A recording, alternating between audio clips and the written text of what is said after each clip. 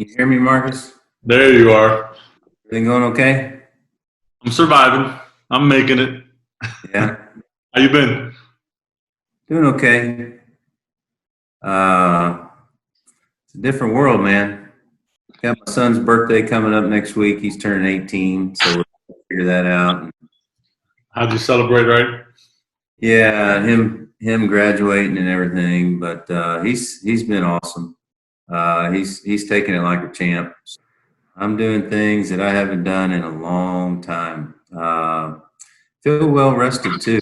Uh, I don't know if that's an indictment on our profession or how I treated it or what I did, but I hadn't felt this well rested in, I don't know, 15 years. Nice. I saw you're shooting hoops with your dad. Yeah, I didn't know you saw. Is Just he trying to is show he me the one that. is he the one who got you going with basketball? He was. He was. He put a goal in the backyard when I was a kid and never let me win until I was good enough to win.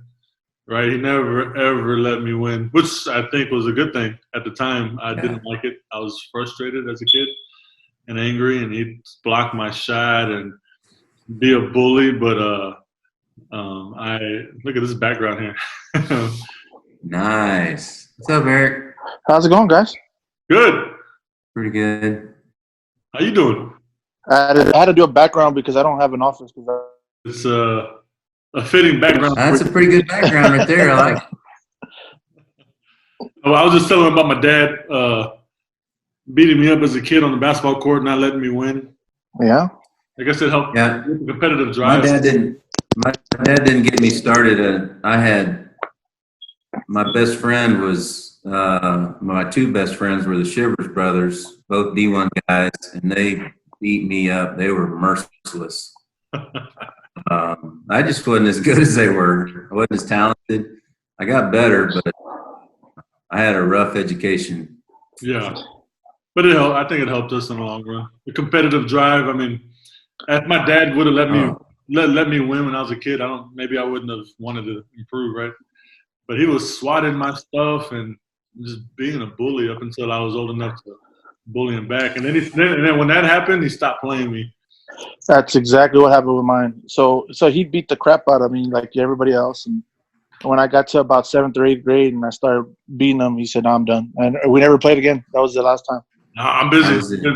Yeah, that was the last time. Now, he would play on my team. We played my uncle and his friends and stuff like that, but he wouldn't play me anymore. Well, I appreciate you guys taking the time to hop on, and I know everybody's schedule is a little different.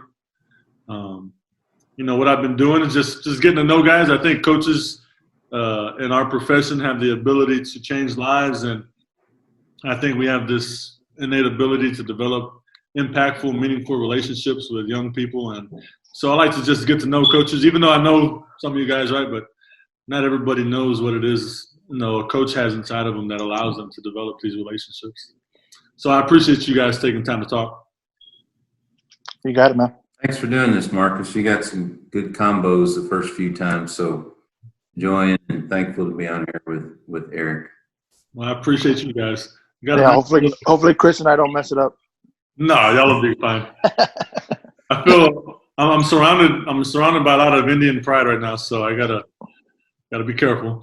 You're probably feeling the tension right now. Let me put it out right now.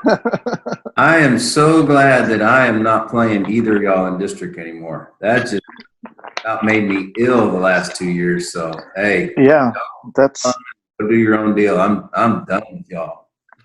And that needs to be a topic or a conversation for us because, man, like Coach said, these past 2 years probably aged me about 5 or 6 on top of what I was already aging because it was brutal. Every night was just brutal. Well, let's just talk about it now. I mean, what is I loved our district in the sense that it was super competitive and there was so many different styles of basketball being played and game plan and the scheming. But talk about the highs and the lows of playing in a district the way we had it stacked with good, solid, quality basketball teams. Yeah, you know what?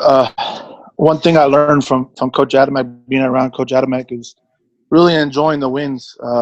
They don't always come around as often as we like, but when we do win, we have to make sure and enjoy it and enjoy it with our kids. And that's one thing I got from him, is, along with a lot of other things. But he really enjoyed the wins with his kids, and that's the one thing I got from him. So, as coaches, we got to have a short memory, and I think when we played in that district, it was even shorter because we had to turn around and get ready for the next opponent, which is probably just as good, or if not better than the one we just played that night. So it was tough. It was tough mentally. It was a grind. And it just night in, night out, you could get beaten. That's something that not everybody can say that they had. And that was, like Coach said earlier, I'm thankful we're not in that one anymore. That's just it was just a beast of a district, and we're gonna move on, and we're happy to move on. That's just the way it is. No, I talked to Coach Hubbard a few days ago, and he said, "You're welcome for taking Wagner off of our hands." Yeah. Well, the thing is, it wasn't just them. Yeah, that was a granted, but it was just night in, night out. Even the bottom teams they could beat you if you didn't show up, and that's as a coach, that's something that doesn't sit well with you, because there's not somebody that you're just going to walk in the gym and you're going to win. Absolutely. Yeah, Marcus, the Wagner, you had to play perfect just to be in the game, but it wasn't just them. It was everybody else. There was a lot of great schools that didn't even make the playoffs, that in any other district, they'd have been playoff teams easily. Mm-hmm. You guys, McCollum, Seguin, there wasn't any nights off.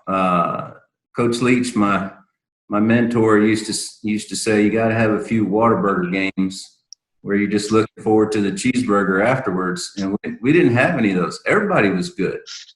And anybody could beat anybody, with the exception possibly of Wagner on any given night. So,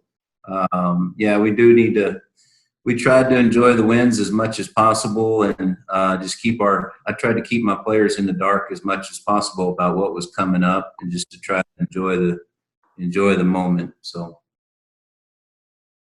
well, it's been a pleasure, Chris, competing with you. I know, we did during your time at Harlandale, and then luckily you landed back in our districts when the realignment happened, so we got to still compete against each other, and so it's always a pleasure playing against a well-coached team such as the teams that you produce. same with you. And I remember, we were a little bit better than you guys this year, but I remember when you guys won the district title not too long ago, and that was pretty frustrating. You guys having to go to your gym, getting kicked around a little bit. That wasn't too much fun. So. Well, much respect, and we'll touch on some of those battles a little bit later. We got a little segment talking about the good old rivalry. But first, let's just talk a little bit about this whole COVID situation. How are you guys holding up? What are you doing to stay busy? Well, I think this just goes as a general statement. The COVID deal, of course, it's been a point of adversity for so many people. But there has been a bright side to things. I think people have definitely stopped taking things for granted, like going out to the store and most importantly, being with your family. All three of us are all have full families, and we don't get to spend as much time with them as we'd like. But this time is, in the sense, it's been a blessing that we get to be a part of our families again for a while. We've just speaking on my family in my neighborhood in general, there's so many people out walking and exercising and riding their bikes, and it's been really neat to see people out again. It reminded me when we were growing up and people were always outside drinking out of the water hose and just drenched with sweat. You didn't come back in till it was dark, and that's just the way it was. And I think with this, it's kind of knocked us back a little bit and made us realize what's going on, what's really important, and that's our families, and those are the things that we really focused on. With the break that we've had, unfortunately, with all the things that are going on, but that would be my bright spot in things, that we've definitely spent more time with our family. Definitely put things back into perspective a little bit. Chris? I think with all the COVID stuff, obviously everybody, there's no off season, everybody's at home. I miss the face-to-face with the kids. The Zoom is not the same. Just like with you guys, this is different than being with you and having conversations with you before a game or in the off season or something like that. Like Eric was saying, though, there has been a lot of good. I've talked to so many of my players who have spent some time with my dad. I'm doing this with my sister. She's home from college. I mean, I'm doing this with my mom. So there has been a lot of time. We've kind of had to hit the reset button a little bit. And it's been nice for me personally. I've got 2 high school kids, and they're forced to hang out with me, which is great for me. And they've adjusted to it. But it's been nice, an added bonus being with them. So. Awesome. Let's talk a little bit about your childhood. Growing up, where did you grow up? Maybe some influences in your life that have kind of sent you down this path of education and coaching. And we'll start there. Well, it's funny. I just had a conversation with a friend of mine. It started off as a political conversation, and it kind of branched off into, how we grew up. And, I was pretty fortunate. Both of my parents were educators, and I really don't know anything different. They've been educators most of their lives, and that's all I know. I know going to the field house with my dad and going to the classroom with my mom and trying to help her get ready for her classroom. So I've really grown up in this profession and just kind of the family business in that sense. And thankfully I've been blessed to be around not only them but some really good coaches like Coach Adamek and Coach Soto, that's now our superintendent there at Harlandale ISD, and they've really helped show me the way and show me how to be a good coach and a good teacher, and I think that's what's important. That kind of goes off to our kids and let them see a good example. Coach Adamek?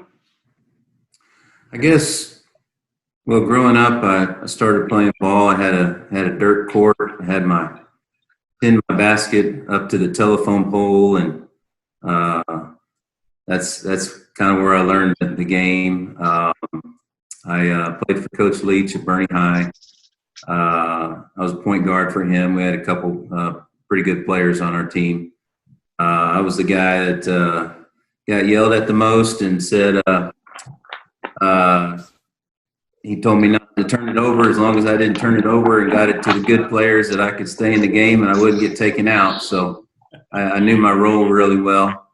But the relationship with him, because he had come to Bernie at a point where we had just moved up a class and we're not winning, to go from, really being doormats my freshman year to being successful my junior and senior year, the relationship that we developed, I wanted to continue that and do the same thing. And to a certain extent, I think I have. That's my favorite part about the profession is all the players and all the former players and all these former Harlandale guys. Eric went to Harlandale before I got there, but just to see all the former players at the alumni tournament and to see these guys who are coaching now, Ernest, who's at McCollum, he's the girls coach, and Ricky Montez, and guys that are teachers like Jaime Lira, he's at Holmes, he's a teacher. All these guys are so successful, and they've kept in touch with me over the years. And that's really my favorite part, because wins and losses, they come and go. I mean, Eric beat me. Marcus, you've handed it to me before, and, we've battled back and forth, and to a certain extent I forget some of those who won, who lost, but I remember all the players. I remember all the McCollum players. I remember all of my Harlandale players. I tell you what, these kids here in Bernie, they're great too. They've kept in touch with me, and they've loved on me during this time. I mean, kids are kids. Yeah. And they've got different issues and different problems, and those kids on the south side, but I've taken a liking to these guys here the last 2 years as well. Marcus, don't buy all that stuff that Chris wasn't a good player, because I've seen the Godfathers, Coach Leach's posts, and Chris is up there pretty good. Oh, I've seen it. I've seen the Yeah. post and the scrapbook pictures and the whole deal. Yeah, don't let him fool you. He was a good player, and Coach Leach will tell you, and he's just being modest. As he is with coaching, very humble, very modest man. We appreciate that though about you, Chris.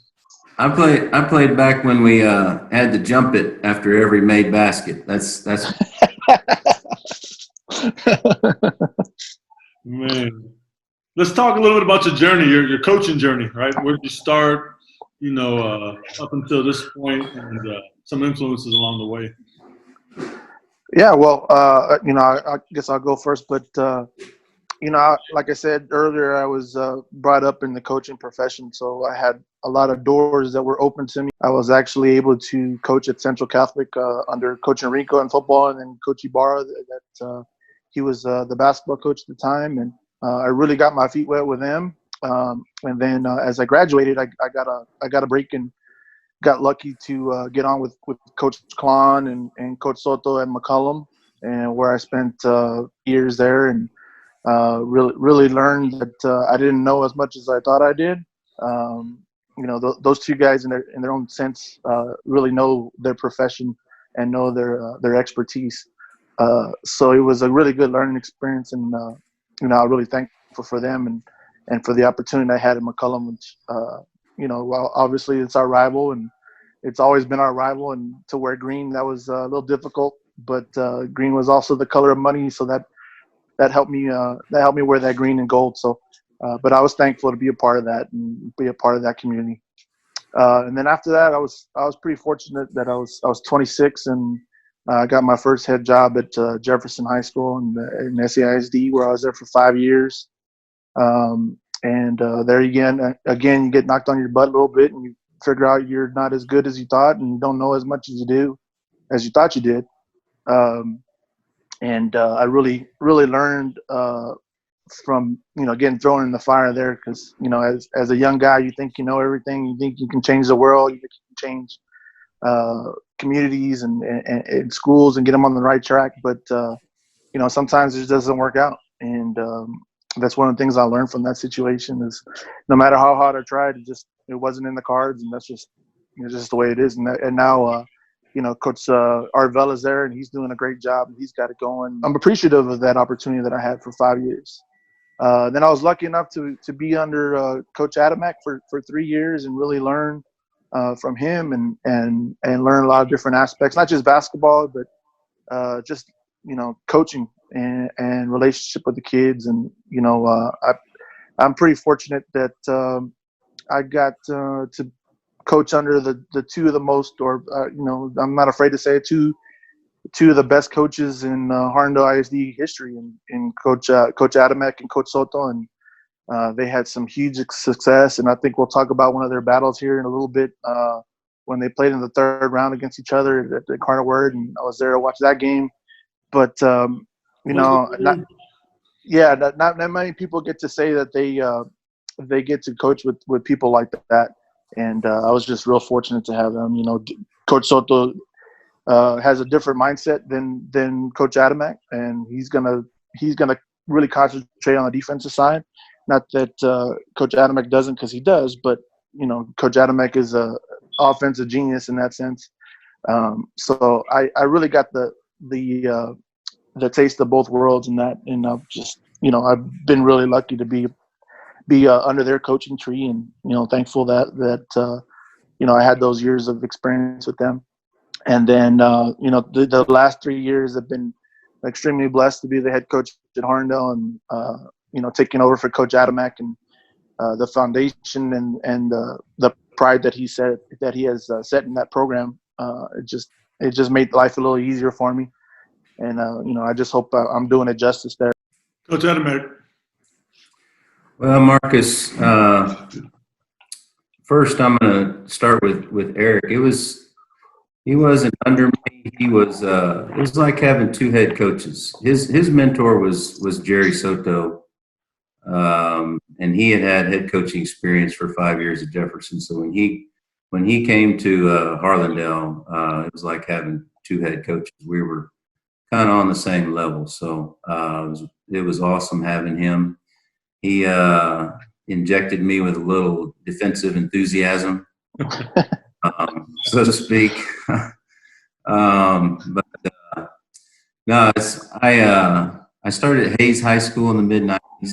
I was assistant coach there.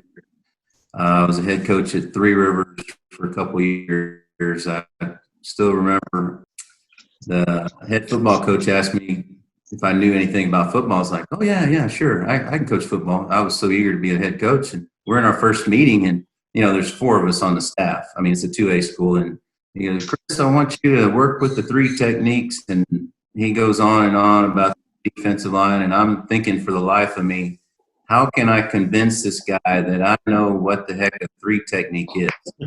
I have no clue. And Chris thought he meant a 3-pointer. Yeah. Eventually, he figured it out pretty quick. He moved me. I was wide receivers coach and secondary coach. So he put me with the little skinny guys after that. But that was awesome.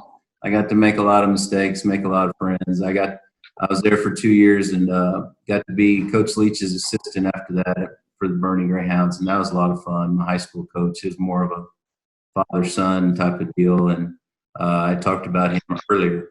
But to get to coach him for 3 years, and I yelled at him like he was my dad, and he would tell me to shut up and sit down and be quiet and go talk to this kid, and so it was quite a relationship. But I wanted to be a head coach again, and the Harlandale job came open, and for whatever reason, they chose an old country boy to come down to Harlandale High School. And from the minute I walked into that gym, guys, I had my first open gym, and there was all these guys that could play. And there's this little guy that looked like a boxer. His name was Jonathan Gonzalez, and that kid could play.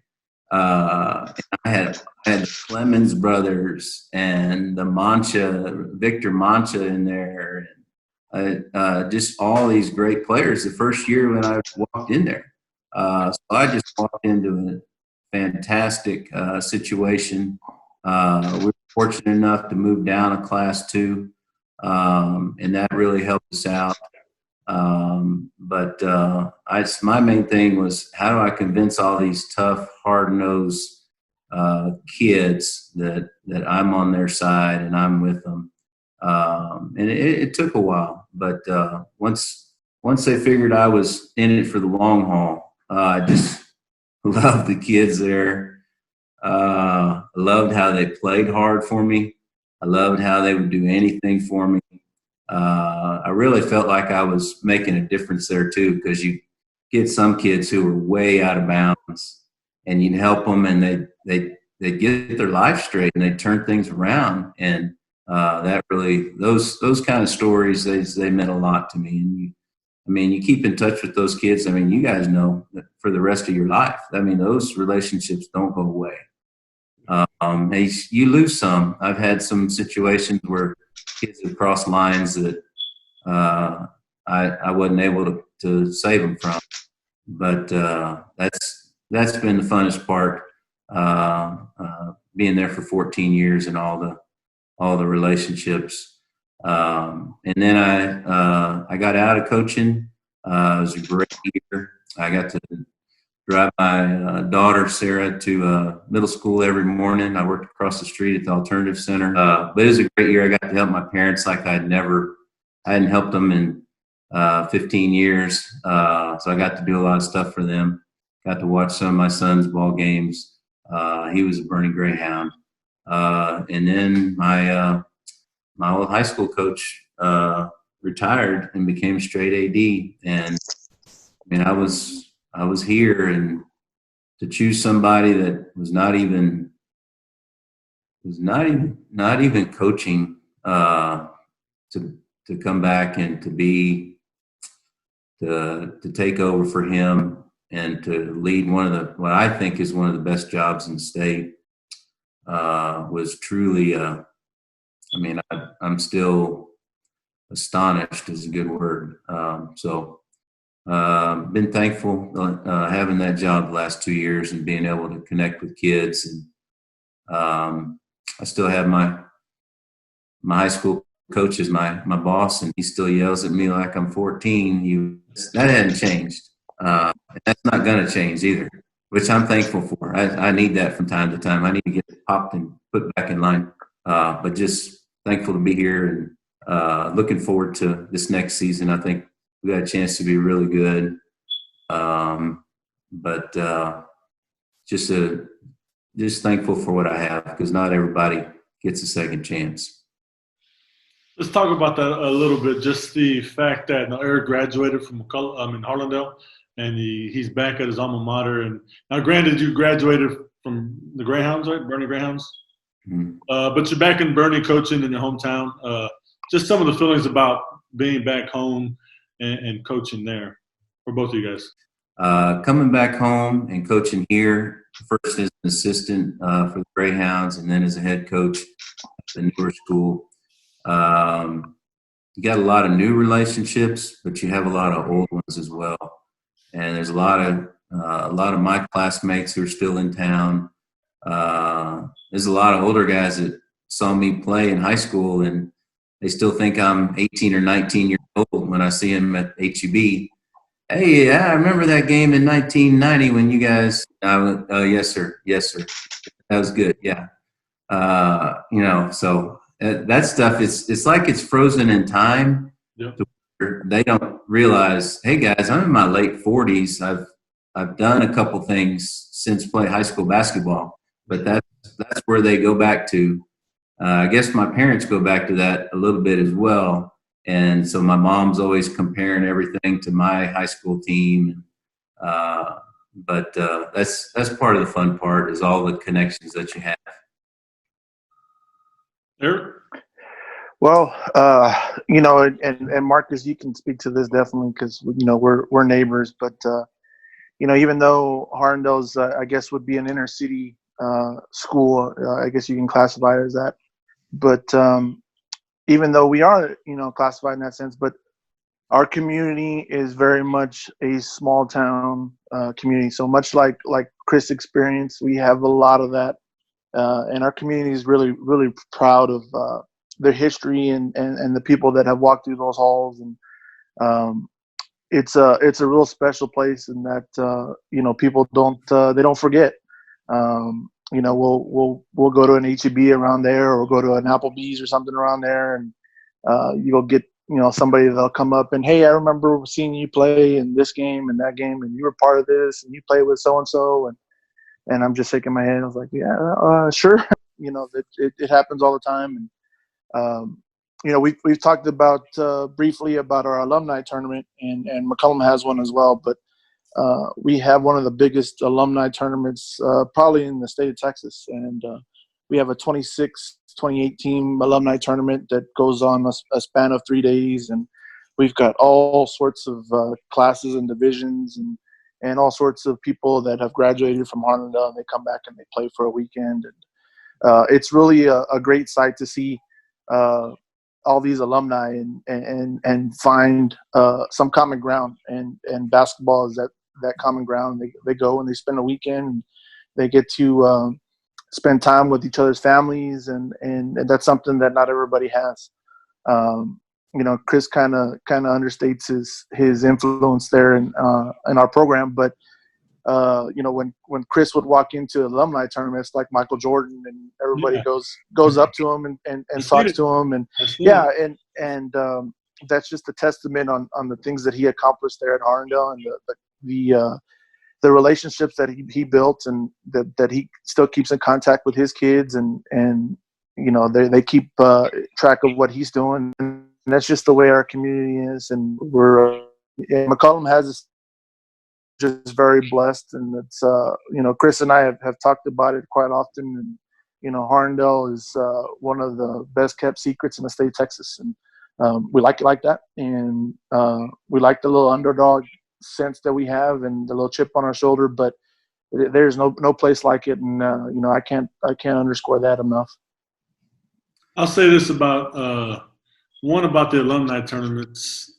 I think those things are better than high school reunions, right? I mean, every summer for one weekend, you get all kinds of classes and people just hanging out and mixing it up and talking. Like you said, the families are hanging out, and it's a really neat experience to see people giving back right through basketball. So I mean, yeah, it's fun, but they're also they're paying an entry fee, and their families are paying the door at admission, knowing that all the money from all of that and the sponsorships and the concessions go back to the graduating classes and to the programs at the schools. And so it's really a big sense of pride that the community has. And I love it. And just to touch on like you said, we may kind of be inner city, Harlandale and McCollum, and in such a very large city, one of the largest cities in the country, but our little 14 square miles is like a little small town within that city, and it's an amazing experience to be a part of. And so I'm blessed, and I feel lucky to be a part of it, just like I know you guys feel the same way with your time there as well. Yeah, and just to expand upon the alumni tournament, I think this year we're going to give about $12,000 away in scholarships to seniors that are deserving and are in need.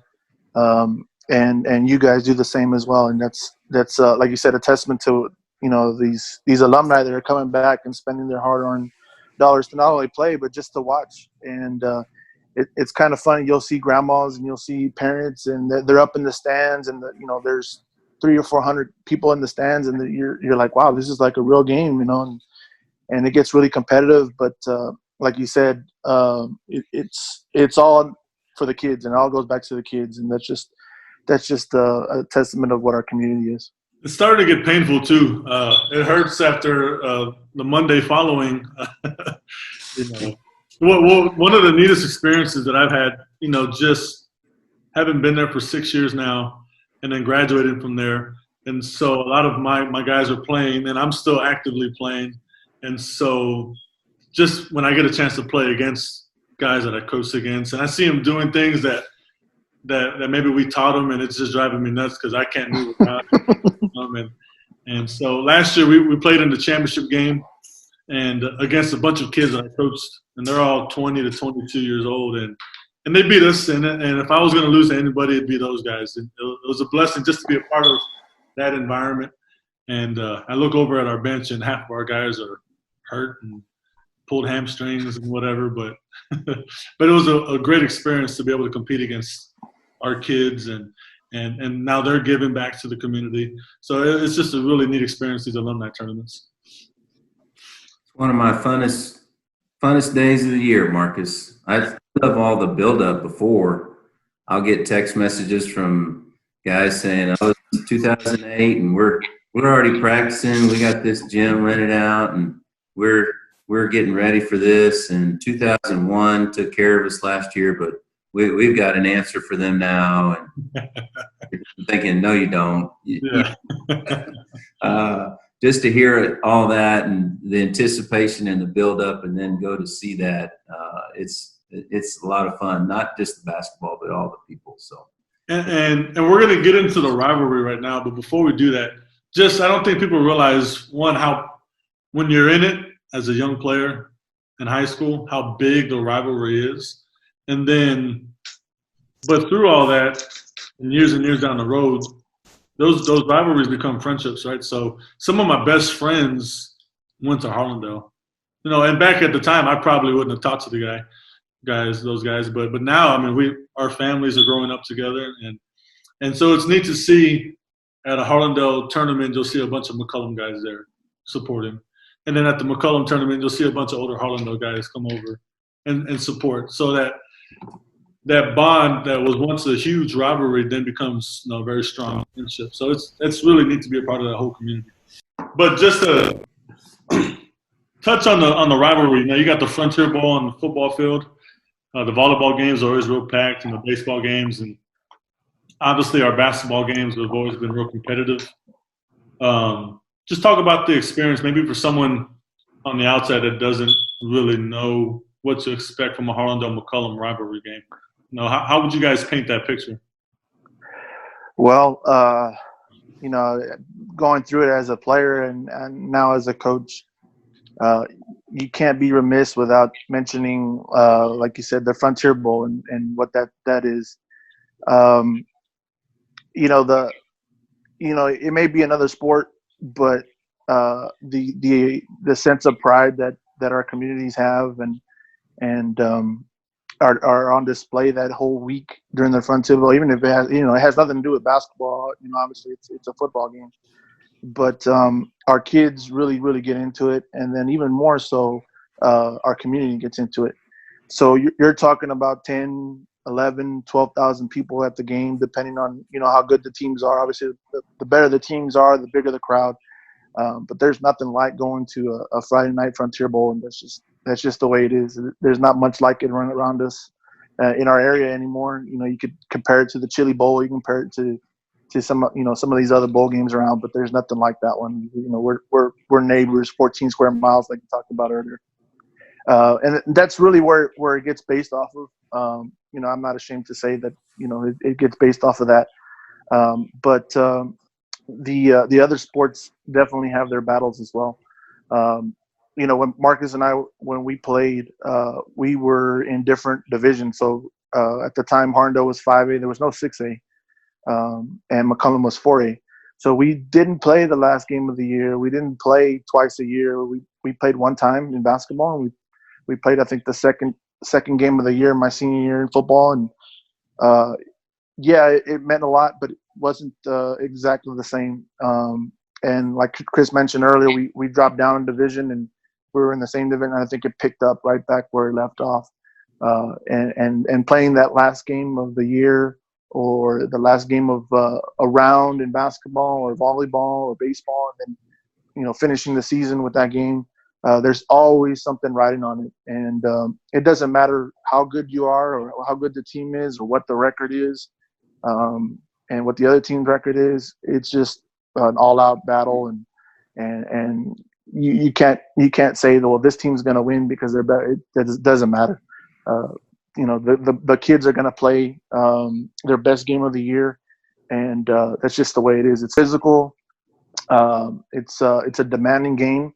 But it never gets dirty. It never gets to that point where it gets out of hand, and there's always a mutual respect. And like you said, at the end of the day, they're going to see each other at HEB. They're going to see each other at Walmart, and there's not a lot of animosity in that sense. Yeah, the one time a year we play, or the two times a year we play, they're our rival, and that's just the way it is. But that after that, you shake your hands and you move on. And like you said, you're friends with Harlandale alum, and I'm fortunate enough to be a part of both communities. So I have a lot of hands in the pool in that sense. And I've coached a lot of great people over there, and like I said earlier, it's a great place to be. And you'll be the first to say how lucky you are to be over there as well.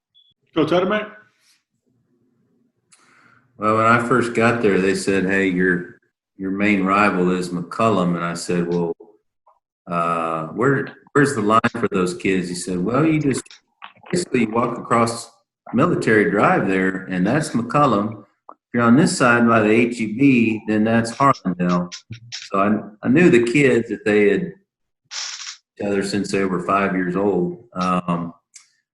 I didn't have any idea how excited the community would get. Eric's background there with the two corners way up there, those started filling up my first year there in standing room only. And I was literally shocked at how excited the community thought and how much they supported those games, and how very important. I mean, 10,000 people for football, but basketball was a big deal, especially when Harlandale and McCollum were really good, which was most of the time from 2005 to now. We were both in the playoffs almost every year, competing for district titles. But just to have those rivalries,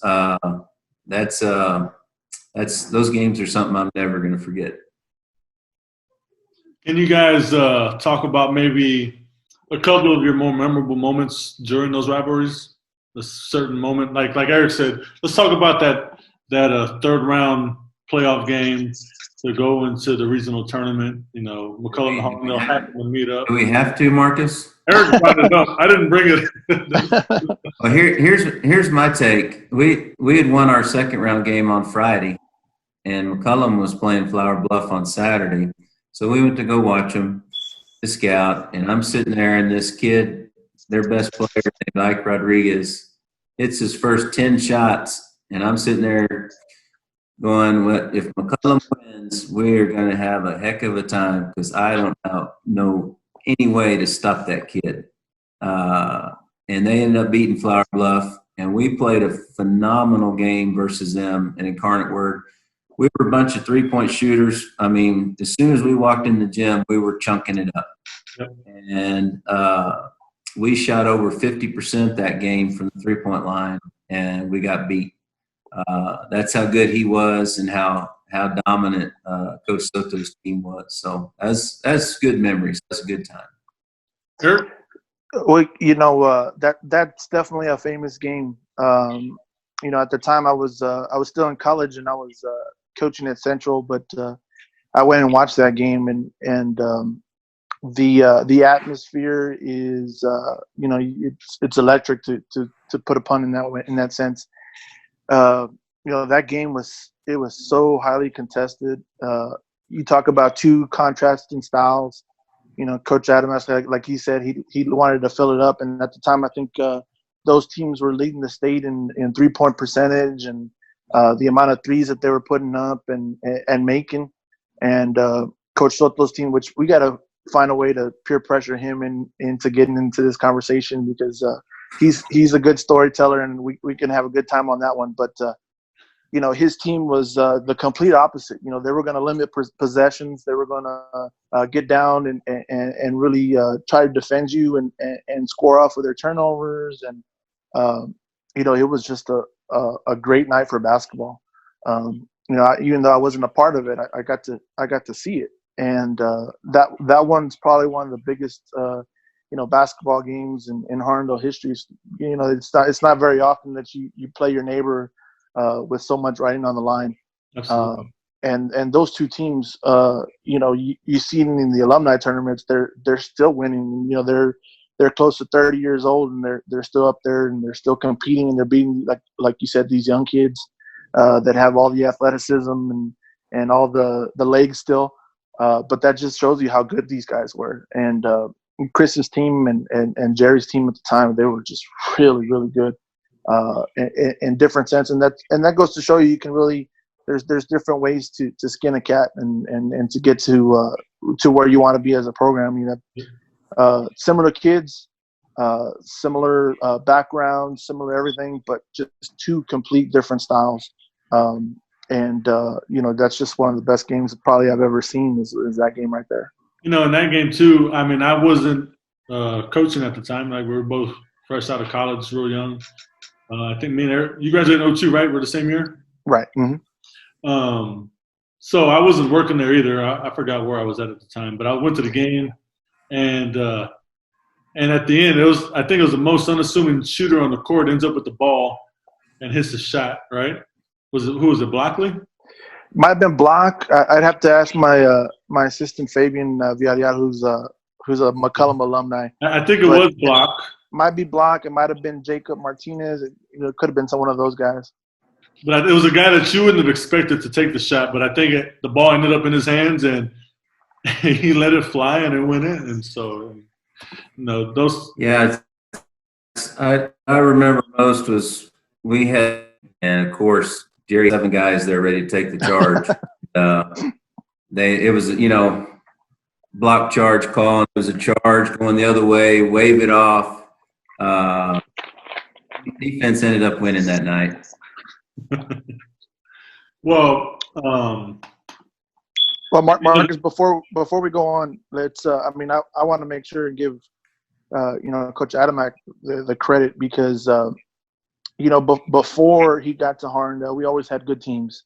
Mm-hmm. And he talked about my team, and we were ranked in the top 10 in the city, and we beat the number one team, Sam Houston, that year, and we ended up not even making the playoffs because we're in a real tough district in 5A.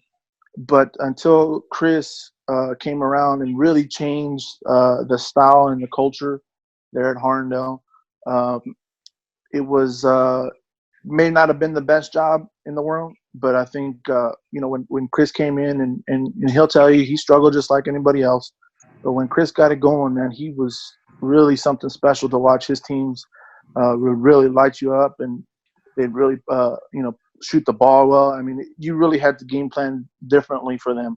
And that's just a testament to his vision, because before then it was definitely get the ball in the paint and slow it down and sit in the zone.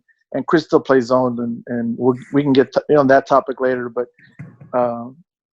But his offensive style really lent itself to the type of kids that we have. And they really capitalized on the small, quick, fast guys that could really handle the ball, guard oriented, and that was his vision that brought that to Harlandale. And we wouldn't have those games without Chris and what he brought to Harlandale High School. No, just to add to that too, I tell people all the time, you see the shift in the way basketball is being played. Through high school and college and in the pros with the Steph Currys of the world. And Steph Curry absolutely is changing the game, the way he's playing. But I tell people all the time, I've been seeing that on the south side of San Antonio for years and years, right? Chris Adamek's teams, they've been playing that way for as long as I can remember. So I'd rather give Chris Adamek the credit so introducing that style to our area, because he really was a master of getting those guys open opportunities at the line, at the three-point line, and finding ways to get those shots off. So much respect, Chris. Yeah, he was definitely ahead of his time. Like, we didn't have that style, and Chris brought that in, and it's really taken off. And you see everybody play that way, and that's just an interesting thing that Chris saw that before it really hit. And you see all these teams that are with analytics and the popularity and the efficiency of a three. Chris saw that before all that stuff. So that's just that I called him an offensive genius earlier, but it goes without saying, and all the coaches here in San Antonio and the area can definitely testament that he saw things before the time came, and we were ahead of the game because of what Chris brought to his program and his style. Thank you, guys. I tell you what, the funny thing with that is after kids graduate, it's always the post players at the alumni game, or I'll see them come back to an open gym, and they'll get at the three-point line and they'll shoot and shoot and shoot, and they'll try to prove to me that they can hit shots too. 20 years later. Coach Adamek always held me back. Yes, hey, I got to have one guy to go get a rebound. Come on. I got 4 guys sitting right here. Coach, I can shoot. Look. Yeah. No, that's good stuff, Coach. I mean, you were definitely ahead of your time, and as a shooter, I love to shoot threes. So I don't like going in the paint anymore. I can appreciate that style, definitely. I know we've touched on it some, but let's talk a little bit about just some impactful moments in your coaching career where you felt, I'm in it. This is for the right reasons. Changing lives. That kind of thing. Well, I think and we've all coached in the same community. The fact that the Harlandale McCollum kid, we really have an opportunity to be a good influence on these young men. That's something that not everybody has, and that's something that we can't take for granted as educators and leaders of young men, that we have an opportunity to be a good influence on them.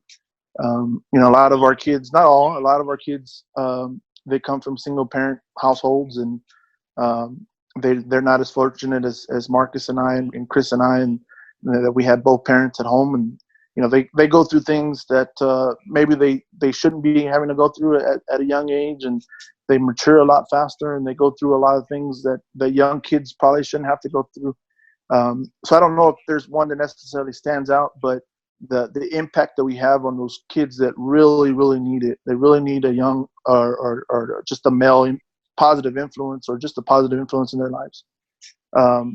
I think, just being able to continue that relationship, not only in the basketball court, because they're going to talk to you about all sorts of things, and girlfriends and relationships, and how to deal with mom and dad, and the difficulties that kids shouldn't have to deal with. And that's just a good thing, in the sense that we can be there for them, and we can help them.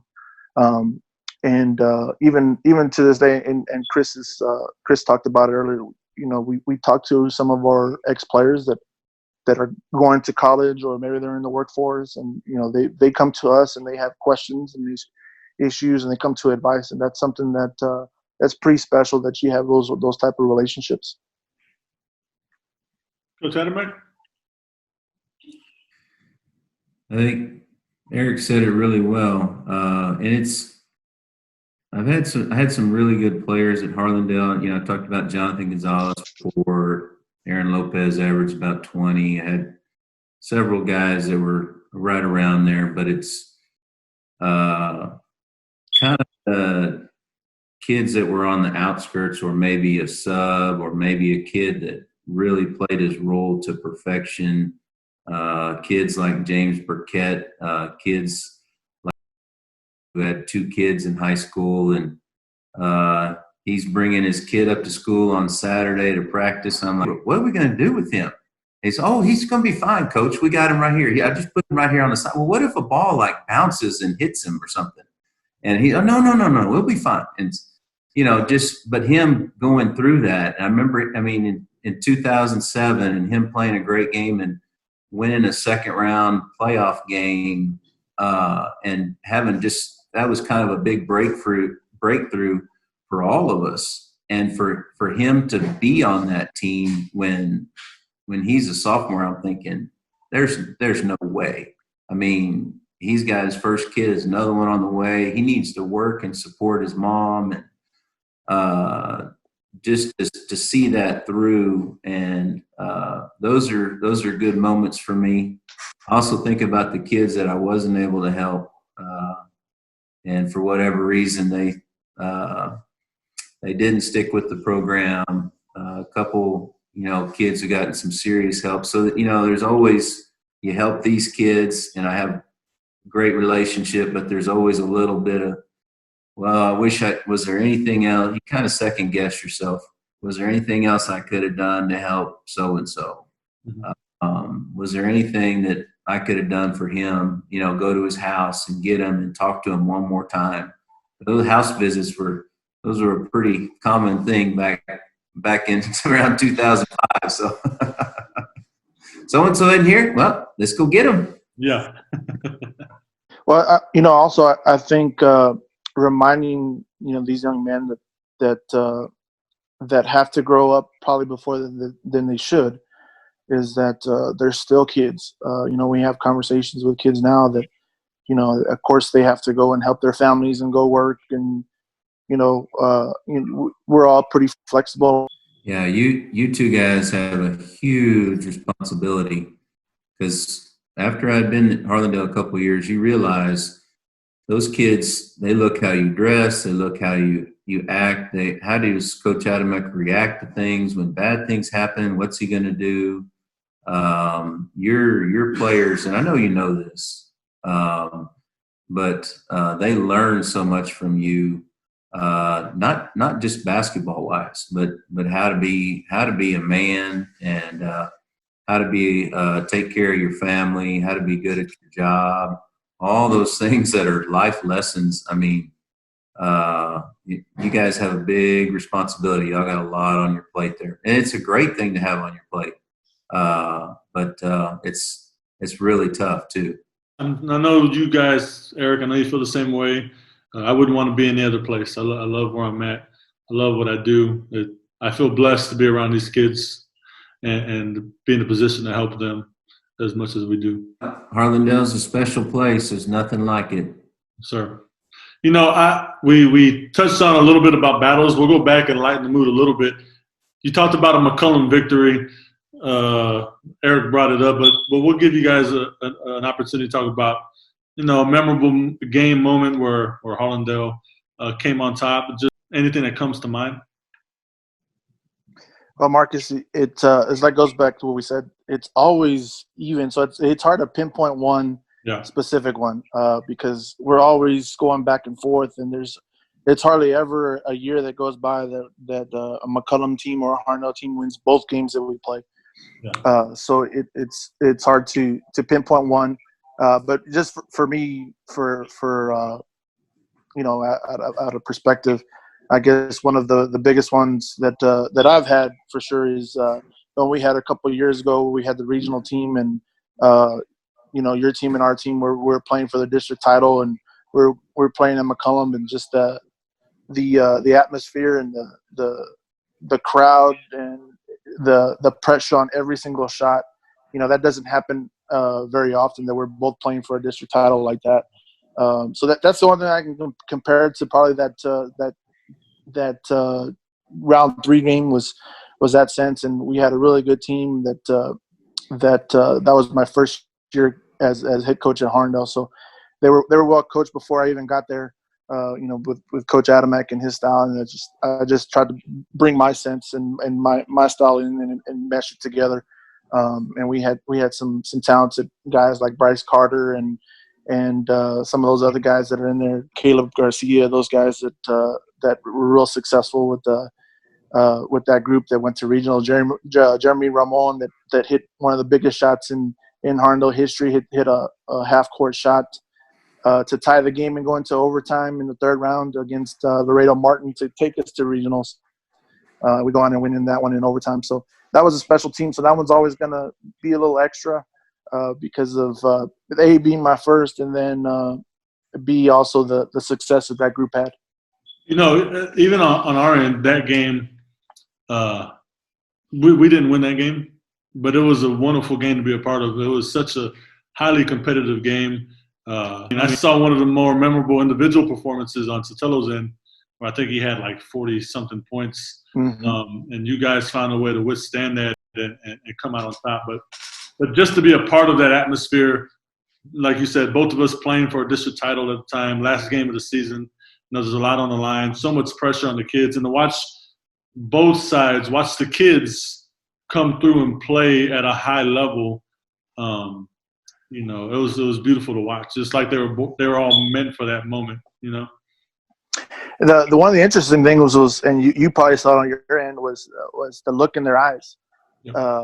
During a timeout, and they were mentally exhausted, they were physically exhausted. And it wasn't so much we were talking to them about 3-minute segment and let's concentrate on that. Like you said, let's concentrate on little details. Like Sotelo was going off, and he was scoring on this one play that he popped out from the short corner, and he hit 2 or 3 threes in a row, and we were just trying to slow him down because he had it going. But man, just the faces of these kids and the understanding of what was on the line and how much pressure they were under, because that was one that they were going to remember for the rest of their lives. And then they had to go to school the next morning and then face their peers and, man, you should have won that game, or man, that was a great game. And just the pressure those poor kids were under and had to deal with was immense. I think for me, anytime you won at McCollum, it was a big deal. That was such a hard place to play. Being in that little dugout on that thing. By the way, I still hate that. When are y'all going to fix that? I'm never going to fix it. That's garbage, Marcus. Never. That's the worst. Anyway. That's my favorite part of it. I've had quarters dropped on me, a Coke spilled. Oh, sorry. They give me a little look like, yeah, you got it coming. But I remember the 07 team against Jerry had a real good team as well, winning at Charles Place. But the wins in general at McCollum, timeouts where you're hollering and screaming as much as you can, and the kids are looking at you and they're paying attention, but they're not listening. They can't hear you anyways, so they're picking up a little bit. So I'm going, Okay, give the ball to this guy. Give it to Aaron. Rest of y'all get Get out of the way. So, yeah, so much for offensive game planning in a couple of those games when it gets tight. We try our best in those games to plan and to execute, but at the end of the day, the kids are just going to go play. We'll talk and we'll talk and we'll talk about this or that, right? You guys are planning like that year on Sotelo. We're talking about Caleb trying to scheme and at the end of the day, the kids are just going to play. It all goes out the window anyway. Yeah, Marcus, it's when we were growing up, we called it behind Kmart, right? But it's Sussex Park. It just goes back to that park days where they went out there playing against each other in the park, because we can draw up whatever, but it's like you said, it's always going to go back to, hey, with the time we were playing on some Saturday afternoon and we're playing in the park, and it's just the way it is. That's the way it's going to go. We're all fortunate to be a part of a huge rivalry. Not all coaches get to experience that. Some do, some don't. But those that do get to be a part of something real special. And so I feel honored to be a part of that rivalry, as I'm sure you guys do. It's really fun. It's a fun part of coaching. I enjoy it. I'm not gonna lie. I enjoy it 100 times more now as a coach than I ever did as a player, because I like to see the kids enjoy it, and I get more pleasure out of that, even in the moments where we don't win. Like you said, there's most of them get split down the middle every year, for the most part, and it's really difficult to win at the other guy's place. But when you see them have that success in those big moments, or even Sotelo, like that year we didn't win that game, but he had such a huge performance. Just to see the look of pride in their eyes, and they gave it everything they had. It's really more pleasurable for me as a coach to be a part of that than it was as a player. Maybe I'm crazy. I don't know. No. I completely agree. Chris talked about it a little bit. How about the two gyms that we get to play in every day? Those you talked about real best kept secrets. Those two gyms are phenomenal.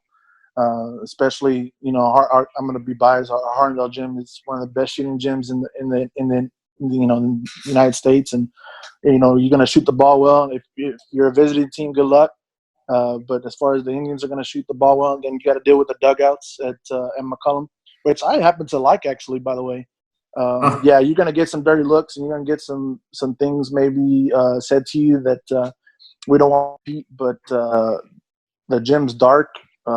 At the time it was one huge sign. Now they got two sides, which kind of is taking a little bit away from the atmosphere, I think, a little bit. But man, that gym would get packed. And back in the day before we had AC and heater, that just added a little extra to it. But we have two of the best gyms in the state of Texas for sure.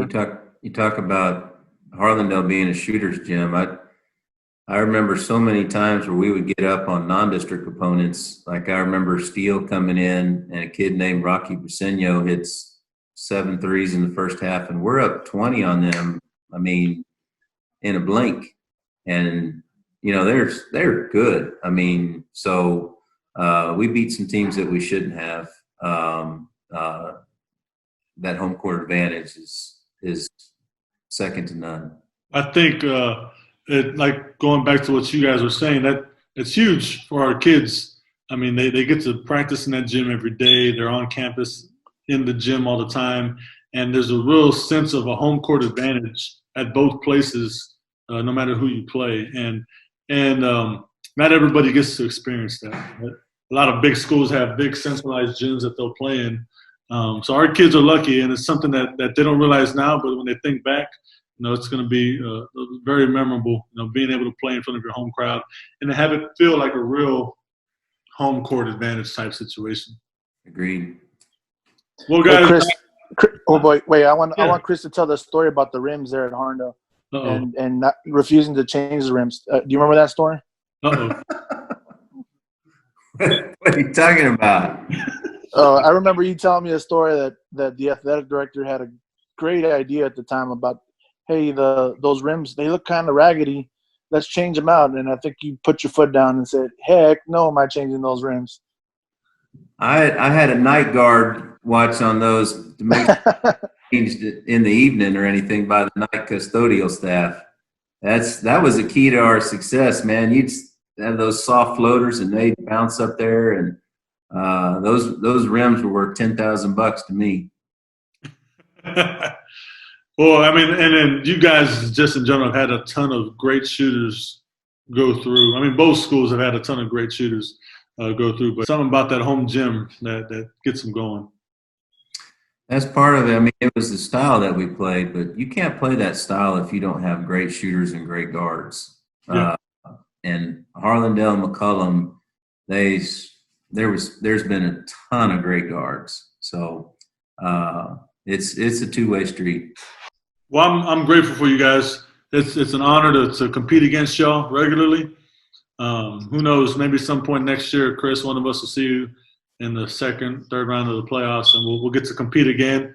But as for now, we're not scheduled with each other, and so we get to take a little break, a small break. That was for a reason. Yeah. Thank you. But I appreciate it. I'm having a blast doing these Zoom talks with all these coaches.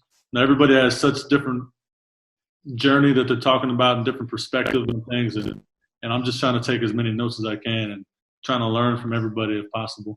But I appreciate you two hopping on with me and talking. It's been great.